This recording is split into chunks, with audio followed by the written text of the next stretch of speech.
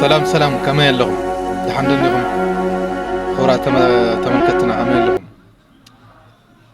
صراحة أنا كل سلام كما يمو أشي لومي بباندا تيوب بتقرنيا قريبا لهم بروجرام بتقرنيا قروا لهم يوم نايل معنتي كقروا لهم دلي أبزا حزيز الله أب تقرأي زلا كوناتاتيا أب تقرأي كلل أو كلل تقرأي زلو تقامن مفتحن زبل بروجرام كنجمرينا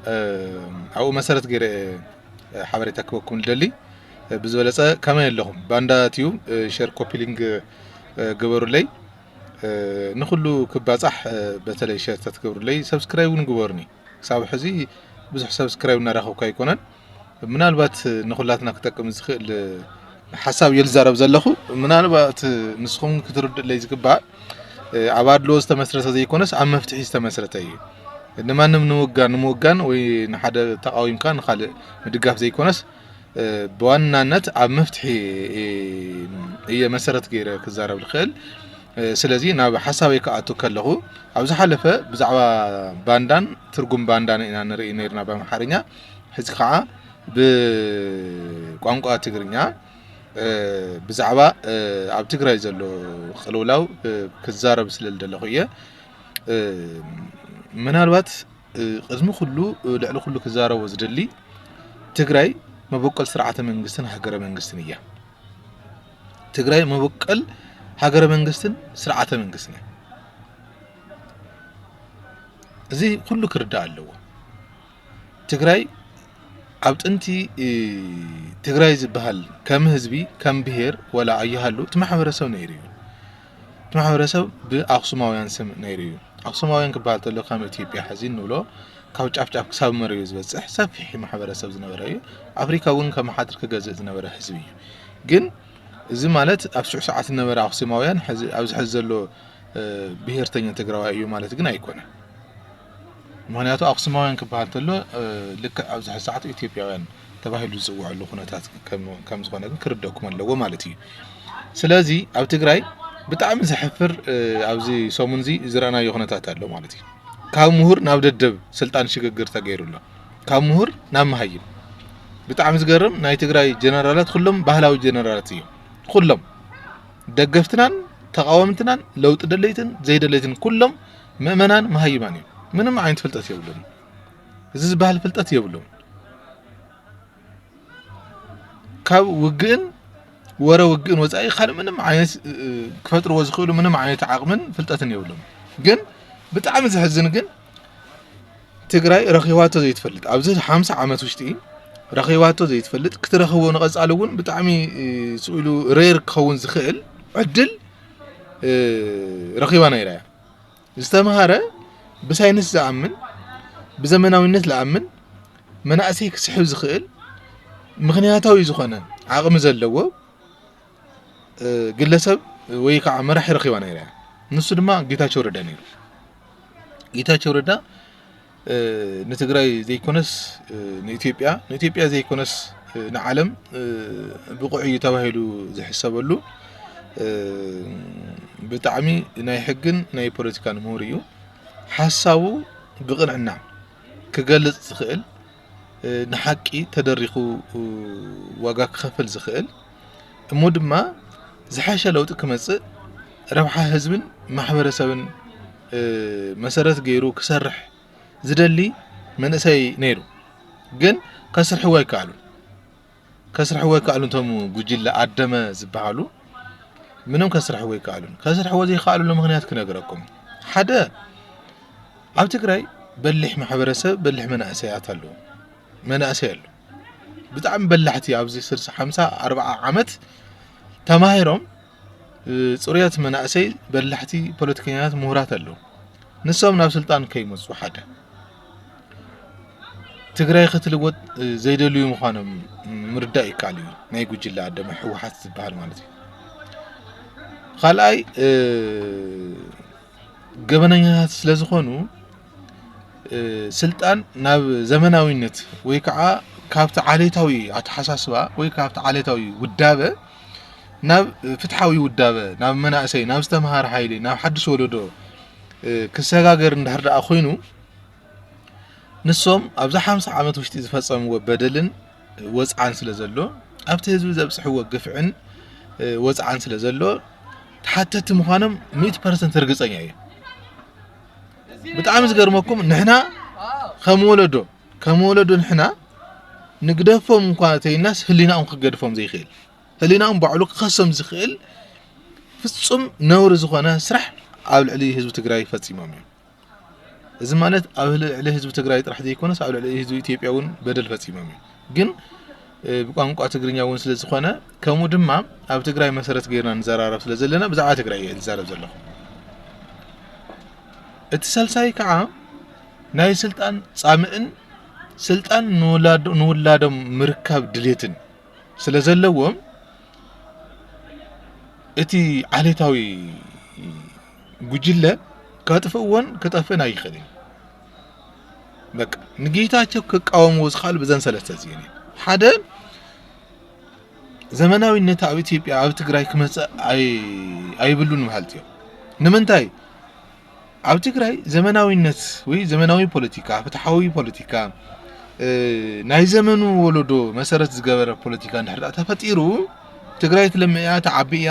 ማሕበረሰብ ክልወጥዩ ቴክኖሎጂስ ክልል ስለ ትፍጠር እዛ ቴክኖሎጂስ ክልል ንዕኦም ምንም ትምጥን ክትኸውን ስለ ዘይትኽእል ንሶም የለውን ማለት ይበቃ ኣብ ምንም ዓይነት ተሳትፎ ክሳተፉ ከም ዘይኽእሉ እርግጸኛት እዮም ኣብ ሰንበቲ ኣትዮም ኣብ ዝክር ኣብ ማርያም ኣብ ጸበል ዝክር ኣትዮም እንኳስ ምንም ዓይነት ተደማጽነት ዘይክረክቡ ምዃኖም ይፈልጡ እዮም በተለይቶም ባህላዊ ጀነራላት ውዳቃት ምዃኖም ምንም ኣፍልጠት ዘይብሎም ምዃኖም ብክላሽ ጥራሕ ብስናይፐር ጥራሕ ዝኣምኑ ምዃኖም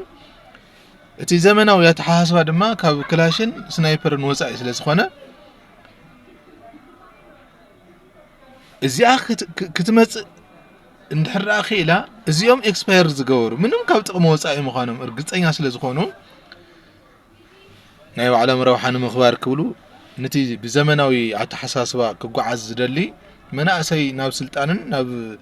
ወንበርን ኣምጺኡ ተዓዲ ክቕይር ዝኽእል ሓይሊ ይቃወምዎን የሳድቡን ኣለዉ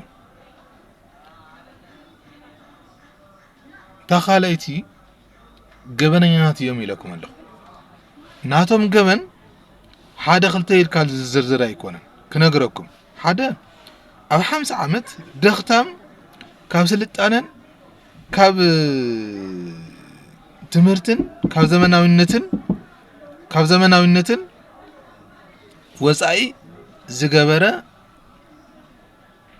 ኣተሓሳስባ ኣብ ህዝቢ ትግራይ ፈጺሞም እዮም ሓደ ካልኣይ እቲ ህዝቢ ብኢኮኖሚ ደኽታም ብስነ ልቦና ፈራሕ ብማሕበራዊ ድማ ንንባዕሉ ክባላዕ ክቆራቆስ ንንባዕሉ ብቅም በቀል ተኣሳሲሩ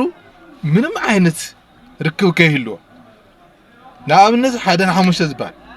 ሰለስተ ኮታ እርዳታ ይልእኹሞ ሓሙሽተ ጉጅለ ኣለዉ ሓደ ንሓሙሽተ ዝበሃል ሰለስቲኦም እርዳታ ይወሃቦ እሞ ክልተ ኣውፅኡ ይበሃል ዝሓሸ ይበሃል እከሌ ሓደ ባዕራይ ኣለዎ እከሌ ምናምን ኣለዎ እከሌ ደርሆ ኣለዎ ተባሂሉ ዝተኸልአ ኣነ ይፈልጥ ደራሁ ኣብ ገዛኡ ኣለዎ ምንም ኮይ በተኽ ብምልኦም በተኻት እዮም እቲ ሓደ እቶም ክልተ ንምውፃእ ተባሂሉስ እቲ ሓደ መሬቱ ረጓድያ በቃ ደርበብ ረጓድ መሬት እናሃቶ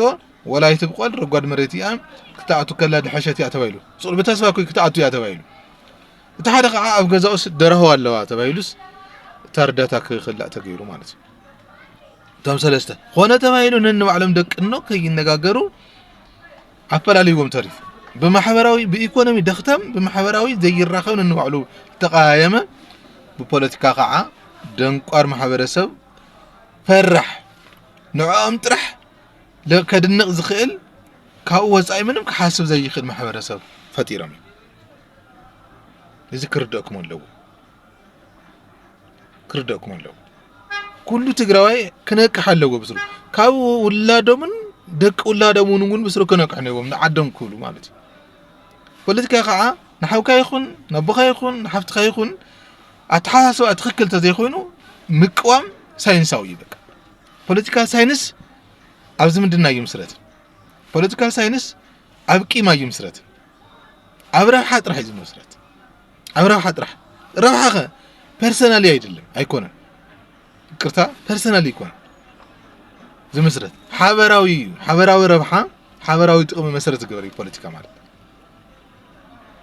ود سب حاويرو كنبر محبر سباوينا محبر ايكونومياوي مسرت كمسرت كله تفطري بوليتيكا بعد سون انه علو الرخولو نبرت لقايرلو للواوطلو لتعادادغلو خناتات مسبصحه بوليتيكاوي مسرت فطيرو مالتي بوليتيكال تجمراوي بايزوي زخونه محبرسب ወይ زخونه ጎሳ ወይ زخونه ብሄር زحازو هافتي بخالق هافتي يغير ما اب زخونه ቦታ خيدو نعقل قيرو خالق تزيولو يمص نزم اخل عدغا كما حادر زخيل ناي خلتيو طمر ناي خلتيو محبرسب ወይ ناي خلتيو ጎሳ ወይ ناي خلتو ሕብረተሰብ ጥምረት زخونه ፖለቲካዊ ውዳበ ተፈጢሩ ካብዚ ናፍቲ ዝኸድ ካብቲ ናብዚ ዝመጽእ ሃፍትን ንብረትን ክቋጻር ዝኽእል ክፍጠር ኣለዎ ተባሂሉ ተፈጢሩ እዚ ከዓ ፖለቲካዊ ውዳበ ይባል ከመይ ኣብ ክልቲኡ ዘሎ ናይ ንግዲ ርክብ ኣድልዎ ከይፍጠር ፍትሓዊ ንክኸውን ኣብ መንጎኡ ጎንፅታት ከይፍጠር እቲ ሓደ ነቲ ሓደ ከየጥፍኦ ባላንስ ክገብር ዝኽእል ፖለቲካዊ ውዳበ ተፈጢሩ ፖለቲካል ተመስረተ ካብዚ እዚ ግን ህዝብ ትግራይ ይፈልጥን ንሶም አይፈልጡን ንሶም ዓሌታዊ ውዳበ እንበር ፖለቲካዊ ውዳበ አይፈልጡን ክንቀጽል ኢና